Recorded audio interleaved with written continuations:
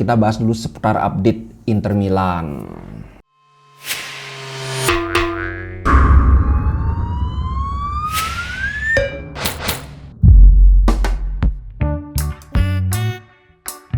Yang pertama tentang Ivan Perisic ini, kabar bagus. Ivan Perisic sudah menegaskan bahwa dia ingin bertahan di Inter Milan minimal 2 musim. Jadi kemarin aku sudah sempat singgung, untuk di angka itu sudah terjadi kesepakatan antara 4,5 atau 5 juta. Cuma di durasi yang belum sepakat nih. Inter maunya ngasih 1 musim dengan perpanjangan 1 musim lagi, tapi sepertinya si Perisic mintanya 2 musim, tapi mereka akan bertemu lagi untuk membahas ini. Menurutku masalah durasi kontrak itu bukan hal yang pelik, itu udah hampir pasti ya, ngomong-ngomong dikit-dikit ya udah oke. Itu soal Perisic. Nah kemudian hari Minggu kan kita lawan Torino nih, kemungkinan 2 winger kita akan beda wajah. Jadi di kiri kemungkinan Gosens akan jadi starting line up.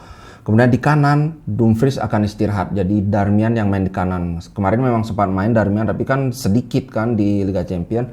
Jadi Darmian sedang sangat fit. Adapun di kiri, Perisic kemarin benar-benar habis-habisan dia main di Liga Champions. Jadi sangat wajar Perisic istirahat, Gosens yang main. Apalagi Gosens mainnya bagus banget waktu kita menang 5-0 kan.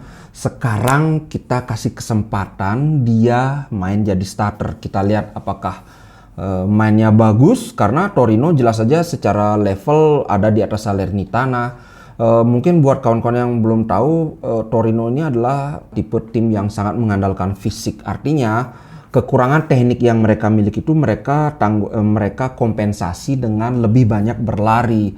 Ya side effect-nya tentu saja mereka akan lebih cepat capek. Ini anggaplah semacam Liverpool tapi versi KW, karena Liverpool kan mereka juga lari terus pressing, strikernya maju mundur counter press, ketika mereka baru kehilangan bola langsung pressing. Cuma masalahnya kalau Liverpool kan secara teknik mereka lebih bagus, kemudian cadangannya juga jauh lebih bagus. Cuma memang tim yang sangat mengandalkan fisik itu mereka punya masalah tersendiri untuk dihadapi.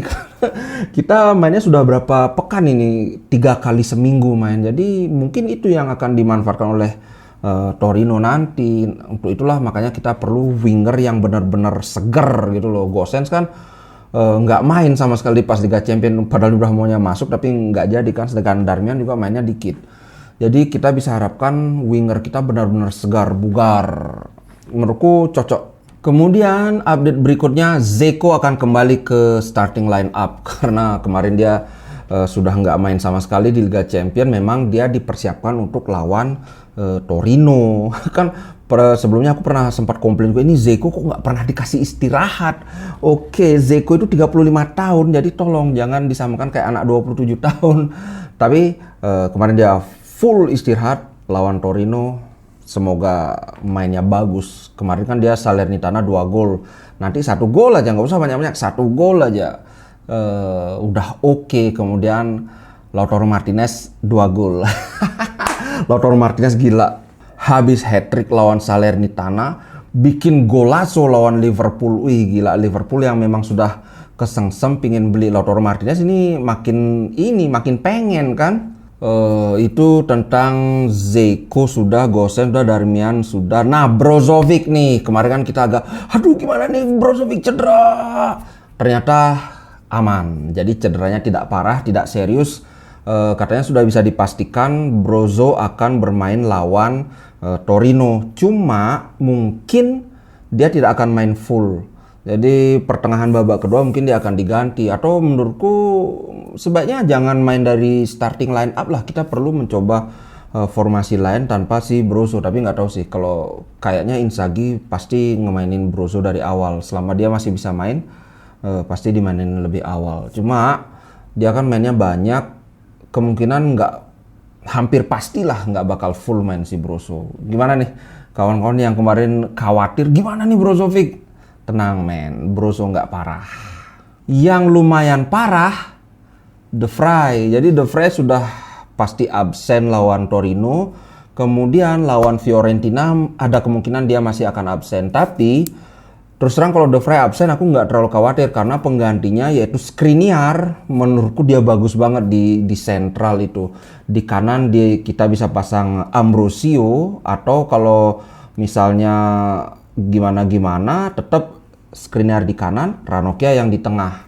Kemudian Bastoni mungkin bisa dikasih istirahat, dikasih Di Marco, tapi kayaknya Bastoni main deh. Dan tambahan lagi tentang De Vrij, ini kayaknya hampir pasti juga De Vrij bakalan dijual di akhir musim ini karena dia sudah performanya sudah menurun. Kemudian mumpung ada yang tertarik kan, apalagi Inter juga dapetin si De Vrij itu kan free transfer dari Lazio di 2018. Jadi ya laku 20 juta aja ya udah lumayan banget bro. 20 juta itu euro, bukan 20 juta rupiah.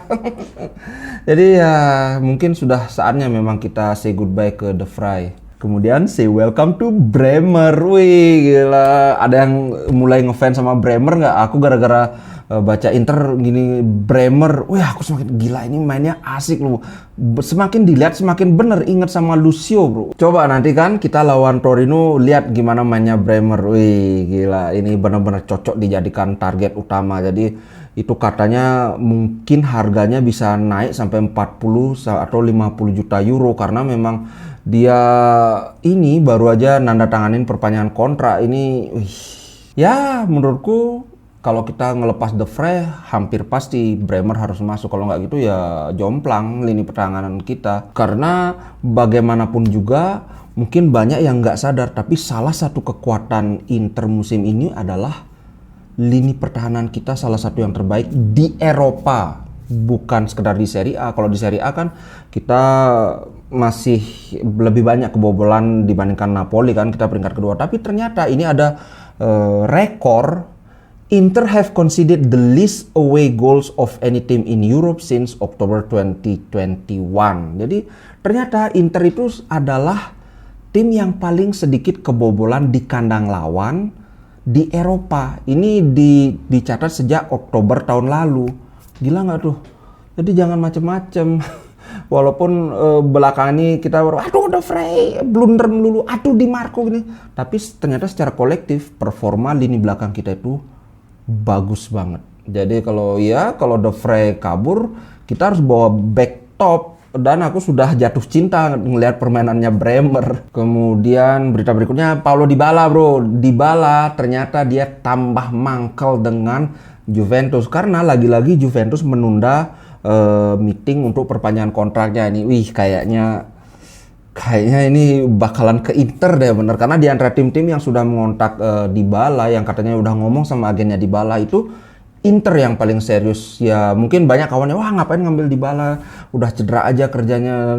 Tapi bagaimanapun juga tetap Dybala ini adalah pemain top. Dan BP Marotta itu ngefans sama Dybala. Yang perlu diingat, BP Marotta hampir nggak pernah salah dalam ngambil pemain. Jadi ya in Marotta we trust, oke? Oke, aku maunya bahas dikit aja tentang updatean ini. Nah sekarang kita ngomongin soal kapten Inter ini.